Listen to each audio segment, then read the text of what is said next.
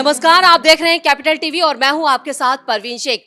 Breaking news में बड़ी खबर संभल से आ रही है। संभल के समाजवादी सांसद जियाउर रहमान बर्क ने इलाहाबाद हाई कोर्ट में अपने खिलाफ दर्ज एफआईआर को रद्द करने के लिए एक याचिका दायर की थी, जिस पर इलाहाबाद हाई कोर्ट में सुनवाई हुई। लेकिन कोर्ट ने उन्हें फिलहाल यहां पर उनकी गिरफ्तारी पर रोक जरूर लगाई है, जो फौरी राहत है, लेकिन एफआईआर रद्द करने से इनकार कर दिया है। यानी उनकी मुश्किलें अभी खत्म नहीं हुई हैं। पुलिस उनसे पूछताछ करेगी और जांच इस मामले में जारी रहेगी। इसी पर ज्यादा अपडेट के लिए मेरे साथ जुड़ रहे मेरे सहयोगी अखिलेश। संभल से क्या खबर आ रही है?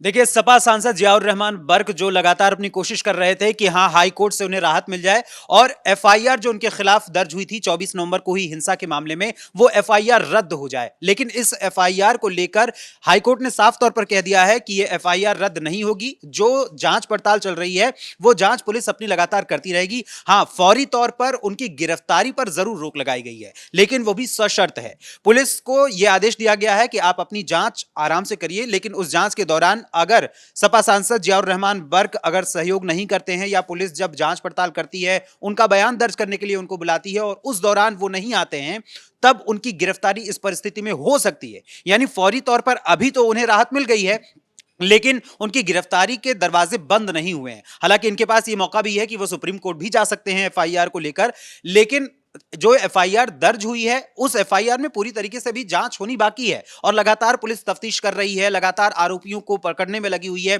50 से ज्यादा जो आरोपी हैं इस संभल हिंसा से जुड़े हुए, उनकी गिरफ्तारी भी की जा चुकी है और तकरीबन 90 से ज्यादा आरोपियों की अभी भी तलाश चल रही है। और जो 50 अभी गिरफ्तार हुए हैं उनमें 3 महिलाएं भी शामिल हैं और लगातार पुलिस इसमें पूरी मुस्तैदी के साथ काम कर रही है। और सपा सांसद जियाउर रहमान बर्क जो 24 नवंबर को हुई हिंसा के बाद सोशल मीडिया प्लेटफॉर्म एक्स पर उन्होंने ट्वीट कर यहां अपनी जनता से कहा, यानी संभल के लोगों से कहा कि भाई मुझे ये जानकारी नहीं थी और अचानक से ये घटना घटी है। मैं अभी कल ही बैंगलोर आया हूं all India Muslim personal law board की मीटिंग में शामिल होने के लिए, और उसके साथ उन्होंने कहा कि मैं अब वापस आ रहा हूं संभल। लेकिन 24 नवंबर को हुई हिंसा के बाद 30 दिसंबर तक सपा सांसद जियाउर रहमान बर्क संभल में जाने की हिमाकत नहीं कर पाए। न जाने उनको कौन सा भय सता रहा था, क्योंकि उन्हें जो एफआईआर दर्ज हुई है उन्हें लग रहा था कि अगर मैं पहुंचा तो वहां पर गिरफ्तारी हो सकती है। इसीलिए उन्होंने सीधे तौर पर दिल्ली में रहने का फैसला किया। दिल्ली में वो रुके और जब 30 दिसंबर को सपा का डेलीगेशन 5-5 लाख रुपए का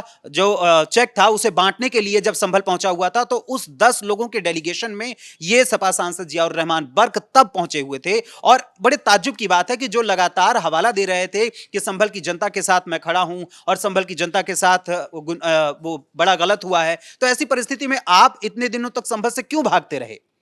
तो सुनवाई के दौरान कोर्ट में क्या कुछ हुआ, कोर्ट ने क्या तर्क दिए और उसके जवाब में यहाँ पर, क्योंकि जो याचिका लगाई गई थी उसमें यह कहा गया है कि जो एफआईआर दर्ज की गई है वो वैधानिक रूप से गलत है, इसलिए उसको चुनौती दी गई थी।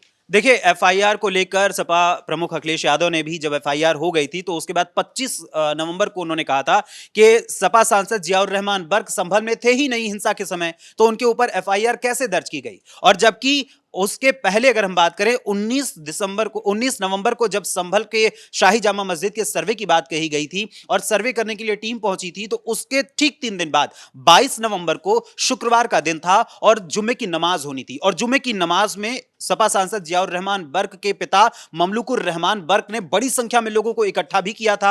और उसके बाद अगले ही दिन आना था चुनाव का परिणाम, और चुनाव के परिणाम आने के ठीक अगले दिन यह पूरी घटना घटी है। और सपा सांसद जियाउर रहमान बर्क पर पुलिस ने जो एफआईआर दर्ज की है उस एफआईआर में कहा गया है कि इन्होंने संभल की जो हिंसा हुई है उसको भड़काने के लिए भड़काऊ भाषण दिया था, और इसी को लेकर पुलिस ने एफआईआर दर्ज की है। और अगर इन्हें लगता है कि यह पूरी तरीके से एफआईआर झूठी है तो उसका सामना करना चाहिए। उसका सामना करने की बजाय ये दिल्ली में रह रहे हैं और संभल से दूरी बनाए हुए हैं। और जी अखिलेश, यहाँ पर लगातार जो संभल की जो पुलिस है उस पर भी ना सिर्फ जियाउर रहमान बर्क बल्कि उनके पिता भी कई बार सवाल उठा चुके हैं। और अब कोर्ट से यह आदेश हुआ है कि अब उन्हें जांच में सहयोग करना होगा और पुलिस जांच का सामना करना होगा। जिस पुलिस पर वो सवाल उठा रहे हैं, क्या वो उसका सामना करेंगे या फिर सुप्रीम कोर्ट का रुख?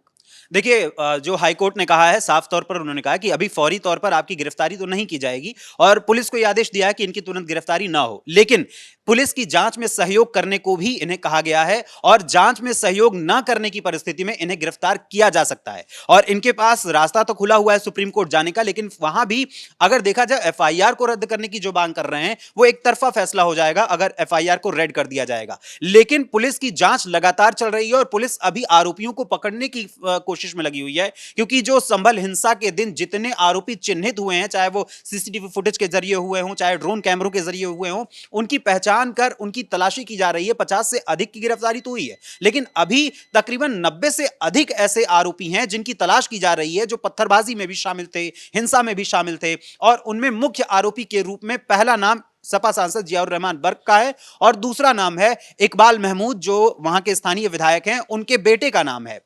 ऐसी परिस्थिति में पूरी तरीके से ये लोग घिरे हुए हैं। और बीच में ये भी मामला सामने आया था कि जो असल में ये संभल सर्वे की है, जो शाही जामा मस्जिद के सर्वे की मांग को लेकर जो विवाद उठा है, उसकी आड़ में असल में सपा सांसद जियाउर रहमान बर्क और सपा के ही विधायक इकबाल महमूद के ओर से, यानी दोनों के बीच में मुस्लिम जो तबके को पकड़ने के लिए ही कहीं ना कहीं उनके बीच में विवाद चल रहा था और लंबे समय से यह विवाद चल रहा था। यह शफीकुर रहमान बर्क के समय से भी चल रहा है, इस वजह से इसका तार वहां से भी जुड़ता हुआ दिखाई दे रहा है। बिल्कुल, संभल का सियासी महत्व बहुत ज्यादा है, ना सिर्फ धार्मिक बल्कि सियासी महत्व। लेकिन संभल को लेकर जिस तरह से जो विवाद अब सामने आ रहे हैं, उसमें जियाउर रहमान बर्क की तो फिलहाल यहाँ पर कहें कि एक तरह से मुश्किलें और बढ़ने वाली हैं, क्योंकि वो बिजली चोरी के मामले में भी यहाँ पर जो एफआईआर उनके खिलाफ की गई है उसका भी सामना कर रहे हैं।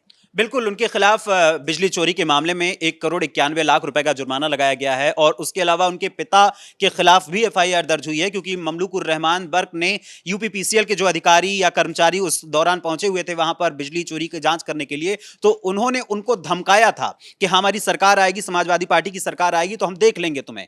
तो उस परिस्थिति में धमकाने के आरोप में उनके खिलाफ एफआईआर दर्ज हुई है। और इसके अतिरिक्त जो उनका मकान है जियाउर रहमान बर्क का, उस मकान को लेकर भी ये दावा किया जा रहा है कि ये जो मकान है ये इसका नक्शा पास नहीं कराया गया, बिना नक्शा पास कराए इस मकान का निर्माण किया गया। और इसी वजह से जो उनके मकान के बाहर की सीढ़ियां थीं, कुछ दिन पहले उन सीढ़ियों को तोड़ा गया क्योंकि वो अवैध रूप से निर्मित थीं और उसको लेकर पुलिस और भी आगे कार्रवाई कर रही है। और इसी मामले को लेकर जो नक्शा पास नहीं कराया, इसको मामले को लेकर एक अंतिम नोटिस जारी किया गया। उस नोटिस के बाद अब अगर उसका जवाब सपा सांसद जियाउर रहमान बर्क नहीं देते हैं तो उनके घर के खिलाफ प्रशासन एक्शन लेगा और कुर्की की कार्रवाई की जाएगी। और हालांकि खबरें यह भी हैं कि हो सकता है कि बुलडोजर एक्शन भी हो, और इससे पूरी तरीके से सपा सांसद जियाउर रहमान बर्क घबराए हुए हैं। और जिस मूल मुद्दे को लेकर यह पूरा का पूरा मामला उठा था, यानी संभल की शाही जामा मस्जिद के सर्वे से जुड़ी, उससे भी जुड़ी वो सर्वे की रिपोर्ट भी सामने आ चुकी है, तो जानना चाहेंगे उस सर्वे में ऐसा क्या क्या है, क्योंकि हिंदू पक्ष कह रहा है कि बहुत सारी जो दावे किए गए हैं वो उन दावों को और ज्यादा मजबूत कर रहा है। देखिए, सुप्रीम कोर्ट ने जैसा आदेश दिया था कि जो संभल सर्वे की जो रिपोर्ट रहेगी वो रिपोर्ट बंद लिफाफे में सौंपी जाएगी, लेकिन इस रिपोर्ट में तकरीबन 45 से 46 पन्नों की रिपोर्ट तैयार की गई है कोर्ट कमिश्नर के द्वारा। और उसके अलावा तकरीबन 1200 से अधिक फोटोज वहां जमा किए गए हैं चंदौसी कोर्ट में, और तकरीबन 4.5 घंटे से अधिक का फुटेज, वीडियो फुटेज भी जमा किया गया है। और जो खबरें सामने आ रही हैं उनसे साफ तौर पर बताया जा रहा है कि जो संभल की शाही जामा मस्जिद है उसके जो मुख्य द्वार हैं वहां पर कमल के निशान बने हुए हैं, और कमल के निशान के ऊपर जो है कलश भी बना हुआ है। और कलश के अलावा मंदिर में, वहां पर मस्जिद में जो घंटियों के भी निशान मिल रहे हैं, और उसके अलावा कई ऐसे साक्ष्य मिल रहे हैं जो साफ तौर पर जाहिर करते हैं कि जो हिंदू पक्ष की ओर से श्री हरिहर मंदिर होने का दावा किया जा रहा था वो दावा कहीं ना कहीं पुख्ता है, सच्चाई उसकी है। लेकिन असल में इस रिपोर्ट में क्या है वो धीरे धीरे जब इस रिपोर्ट का खुलासा होगा माननीय सुप्रीम कोर्ट के आदेश के बाद, उसके पश्चात ही इसका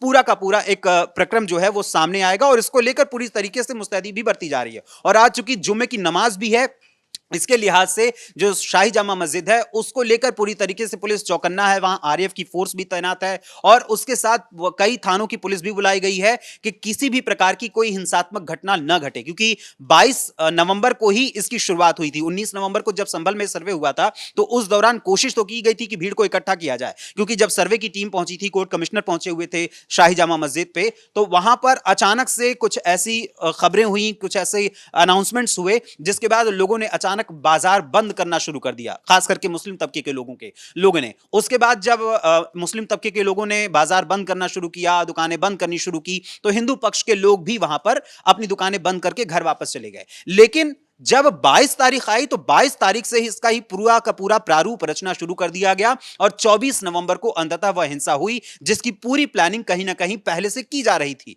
और इसको एक टारगेट बनाकर रखा गया। और सपा सांसद जियाउर रहमान बर्क जो पूरी तरीके से इस समय मुश्किलों में घिरे हुए हैं, वो अखिलेश यादव के लिए भी इस समय टेंशन वाली है, क्योंकि अखिलेश यादव के ऊपर प्रेशर भी पड़ रहा है कि आप मुसलमानों का साथ दीजिए। इसीलिए अखिलेश यादव कभी सीएम आवास के नीचे शिवलिंग ढूंढते हैं तो कभी अलग अलग बयानबाजी कर रहे हैं। तो उनका पूरा फोकस यह है कि जो मुस्लिम तबका हमसे नाराज हो रहा है उस मुस्लिम तबके की नाराजगी 2027 से पहले सुधार ली जाए। और इसीलिए 2027 का सत्ताधीश बनने का जो वो ख्वाब देख रहे हैं, उस ख्वाब में वो कितने कामयाब होते हैं ये वक्त ही बताएगा। चलिए, इस तमाम जानकारी के लिए बहुत बहुत धन्यवाद। तो संभल में जिस तरह से जियाउर रहमान बर्क घिरते हुए नजर आ रहे हैं, तो आने वाले वक्त में उनकी और मुश्किलें बढ़ेंगी, क्योंकि इलाहाबाद हाई कोर्ट ने उनके एफआईआर रद्द करने की जो मांग थी उसे ठुकरा दिया है। लेकिन फिलहाल उनकी गिरफ्तारी नहीं होगी। लेकिन समाजवादी पार्टी के जो प्रमुख हैं अखिलेश यादव, अभी तक इस मामले पर उनका कोई बयान सामने नहीं आया है। लेकिन संभल विवाद को लेकर समाजवादी पार्टी फिलहाल बैकफुट पर नजर आ रही है। ब्रेकिंग न्यूज में मेरे साथ इतना ही। कैमरामैन अशोक के साथ परवीन शेख, कैपिटल टीवी।